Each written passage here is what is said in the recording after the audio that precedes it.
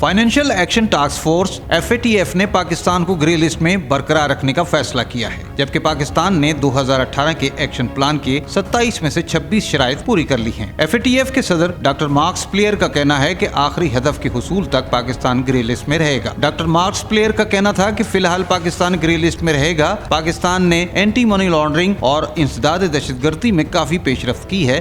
पाकिस्तान की पेशरफ्त काबिल सताइश है, लेकिन एक्शन प्लान मुकम्मल करना भी जरूरी है। 27 में से 3 अहदाफ पर मजीद काम करने की जरूरत है, जबकि ये भी कहा गया कि पाकिस्तान अप्रैल 2022 के एजेंडे में शामिल ही नहीं। उन्होंने कहा कि पाकिस्तान के मामले पर आइंदा साल जून में दोबारा बात होगी। पाकिस्तान ताहाल मॉनिटरिंग लिस्ट में रहेगा। Pakistan remains under increased monitoring. The Pakistani government has made substantial progress in making its counter-terrorist financing systems stronger and more effective.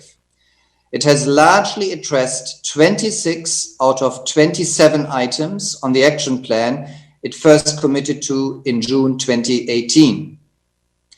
That action plan focused on terrorist financing issues. However, one key action item still needs to be completed, which concerns the investigation and prosecution of senior leaders and commanders of UN-designated terror groups. FATF का कहना है कि पाकिस्तान की पेशरफ्त पर इत्मीनान है। पाकिस्तान को सजा के निज़ाम को बेहतर बनाना होगा। FATF के मुताबिक UN के नामजद करदा 1373 दहशतगर्दों को सजाएं देना होंगी। पाकिस्तान को आखिरी शर्त से मुंसलिक 6 नुकात पर अमल करना जरूरी है। सदर FATF ने कहा कि पाकिस्तान दहशतगर्द तंजीमों के सीनियर कमांडर्स को सजाएं देने के हदफ को पूरा करे। पाकिस्तान को FATF के नए एक्शन प्लान पर मुकम्मल अमल करना होगा। Since then, Pakistan has made improvements.